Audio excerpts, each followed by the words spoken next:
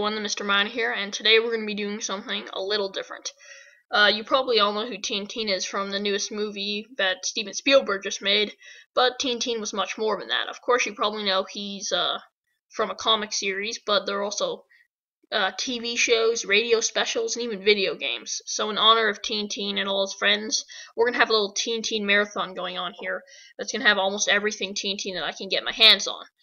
So everything that's from books, TV shows, video games that I can get my hands on or find online. For each thing, I'll recommend it using an order of rankings. So I'll say it from the very worst to the best, all of the rankings. So You Made Snowy Cry, that's a 1 or a 2 out of 10. That's just a terrible rating. No Way, that's a 3 or a 4 out of 10. Meh, that's a 5 out of 10.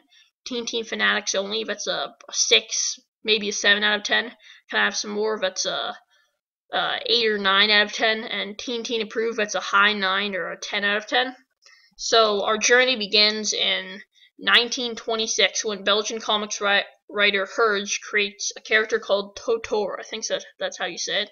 I don't really know. There are going to be some French things I'm going to be saying here. I'm probably not going to pronounce them right at all because I'm not French, but I'll try my best. He was a Boy Scout, and the comic that he made was about his adventures as the leader of a troop of Boy Scouts. He published one issue which aired through the years 1926 to 1929 in the magazine, and I can't say this in French right, but Le Boy Scout Belge, and in English that's the Boy Scout Belge. Due to the character not being that successful, he then created a character based off Totor, and that character's name was Tintin.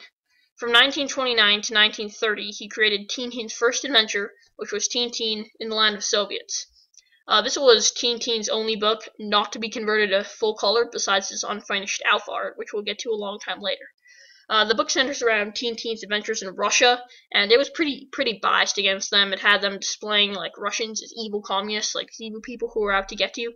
And although it was biased, it was still a good book. If you've read other Tintin books before this, you're probably going to be disappointed because it doesn't contain all the characters we know and love, like Thompson and Thompson, Captain Haddock, and Calculus. And there's also no color, and the artwork is subpar compared to a lot of his later books. But like I said, I still like it. For one, it's a very long Tintin book, which you can interpret as good or bad. Personally, I like it because we get to see more action with Tintin. It's about twice the length of a normal one. And it gets a lot of action with Snowy, like a lot of action with him. So we get to see him going around doing more things, exploring with Tintin, and talk a lot more. Like it's not him actually talking, but partly what he's thinking. We get to see Snowy do a lot more things and save him more often. So that's one of probably the highlight of the book, I'd say, is that Tintin gets a lot more on time. A lot more screen time. Well, not screen time, but a lot more book time, I should say. Tintin also gets his signature hair in his book. You know how he has like a tuft of hair that sticks up? When you see him in the first few pages, his hair is actually flat. Later, he jumps out of a tree to get into a car, and the air makes his hair fly up. So that's how he gets his signature hair that everyone knows. Also, we see more action going on. Tintin is always getting captured and having to break himself out. Like, this happens tons of times. It's almost always fast-paced action. Some annoyances come from the fact that we don't see Tintin doing his normal detective work. So sure, we see him disguising as a Soviet and finding some things out, but for the most part, we see a lot of slapstick action. For instance, a Soviet goes to ram his door down, and Tintin opens the door and makes the Soviet ram into the wall. A Soviet bends down to get a coin, and Tintin kicks him in the butt. Tintin is rolling down a mountain and as he's rolling, he turns into a snowball. In later Tintin books, there's also a good amount of slapstick, mostly with Thompson and Thompson, but it's a little overdone here. Also, it seems sometimes in the books a little less realistic, and I know that Tintin is not supposed to be that realistic. Some later books address not as realistic things, but this kind of went a little over the top. I'm not talking about his extreme strength and smarts. We know that he's like that, and in the other Tintin books, he's also like that, but sometimes he seems to survive way too extreme situations. For instance, there's a bomb right in his train, and it blows up, and he doesn't die. When he crashes into a train and survives. Yeah, he literally is driving straight. There's a train track. He goes past it, and the train crashes right into him, and he doesn't die. Also, a plane drops a bomb on Tintin and hits him on the back of his car. First of all, are Soviets really that desperate to get Tintin that they need to that they have to start dropping bombs on his car? I mean, that's kind of extreme. If they're dropping bombs just to get one guy. Also, how did he not die from a bomb explosion for the back of his car? When a bomb hits the ground and explodes, it has like a area impact that will spread. So this must be a pretty tiny bomb, maybe even smaller than a grenade.